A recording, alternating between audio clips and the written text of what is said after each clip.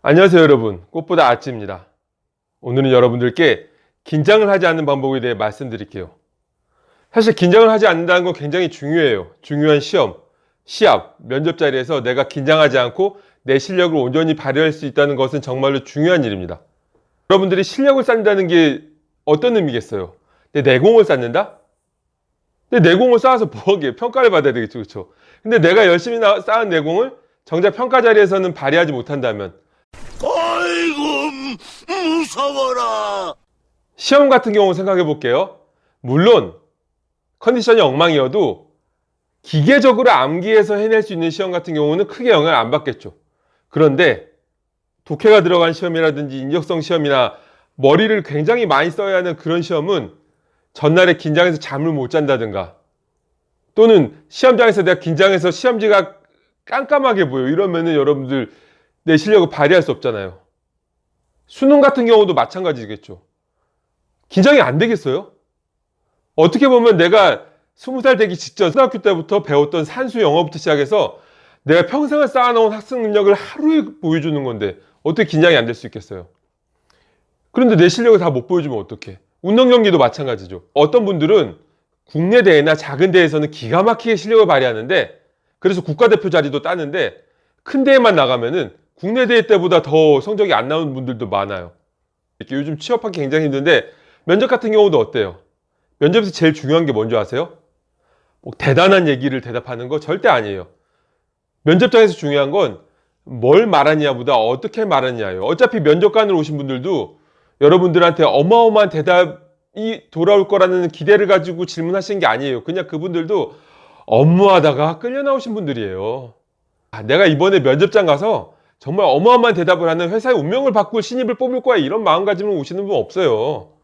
그렇기 때문에 가장 중요한 건 뭐가 되겠어요? 내가 얼마나 자연스럽지만 격식 있게 정제된 말투로 열정 있게 대답하는 게 굉장히 중요하겠죠. 근데 긴장한 상태에서 이게 나오겠어요?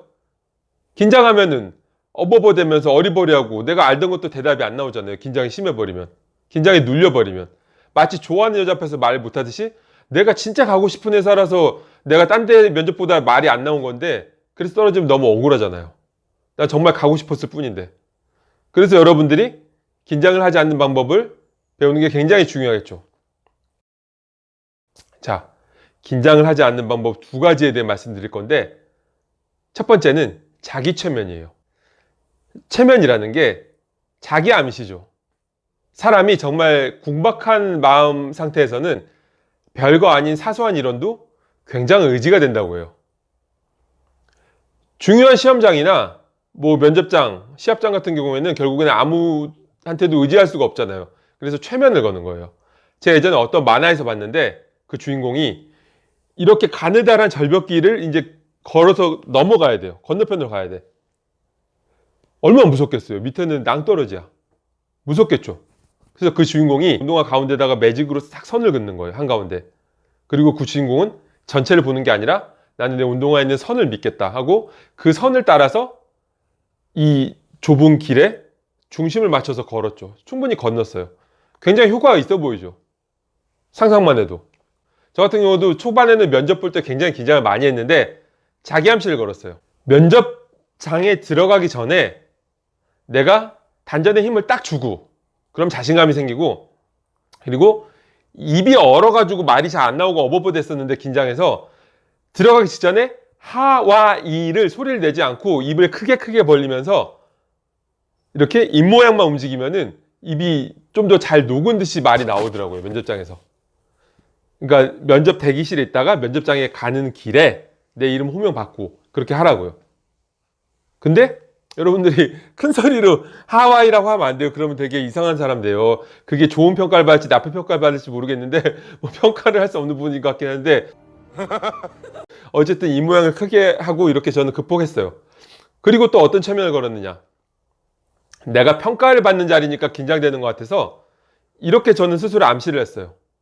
내가 저 면접관들한테 평가를 받는 게 아니라 내가 들어갈지 말지 고민되는 회사에 어떤 사람들이 있는지 내가 보고 평가를 해보고 괜찮은 사람들이 많으면 난 이 회사에 들어가겠다는 식으로 자기 암시를 걸었어요. 쉽지는 않았는데 그래도 암시를 걸지 않을 때보다는 훨씬 더 좋은 효과를 주었습니다. 두 번째는 이게 정말 중요한 건데 여러분 그 긴장감마저도 불안감마저도 노력으로 이겨버리는 거예요. 무슨 너무 당연한 얘기, 도덕책 같은 얘기 하는 게 아니라요.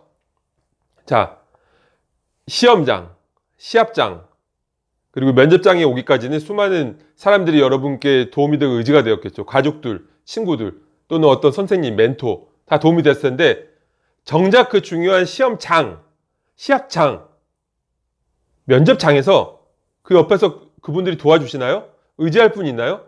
결국 의지할 사람은 나밖에 없어요. 그렇기 때문에 나에게 의지해야 돼요. 그게 무슨 뜻이냐? 내가 이때까지 해왔던 노력, 준비에 의지해야 되는 거죠. 아니 이렇게까지 노력했는데 결과가 좋지 않을 수가 있을까라는 정도까지 노력을 하면 긴장이 될까요? 보통 재능 믿고 머리 믿고 그냥 자기의 어떤 주어진 것들을 믿고서 설렁설렁대고 평소보다 결과가 잘 나왔던 사람들이 정말 중요한 자리에 가면은 결과가 잘 나오지 않습니다. 자기 자신을 믿지 못하는 거죠. 다른 사람들, 다른 경쟁자들, 내 친구들 정말 피나게 노력하고 땀 흘리고 할 때 나는 옆에서 나는 머리 좋아, 나는 재능 있어, 나 쟤보다 어차피 결과 잘 나와 이러면서 설렁설렁 됐는데 그 긴장이 되는 그 순간, 결전의 순간에 자기 자신을 믿을 수 있을까요? 정답은 나와 있죠. 그렇죠? 자, 여러분들 스스로 내가 긴장을 너무 심하게 해서 손해를 보는 편이다라고 생각하신다면은 스스로에게 한번 다시 되물어 보세요. 당신은 정말로 그 긴장을 이겨낼 정도로 노력을 한 적은 있습니까?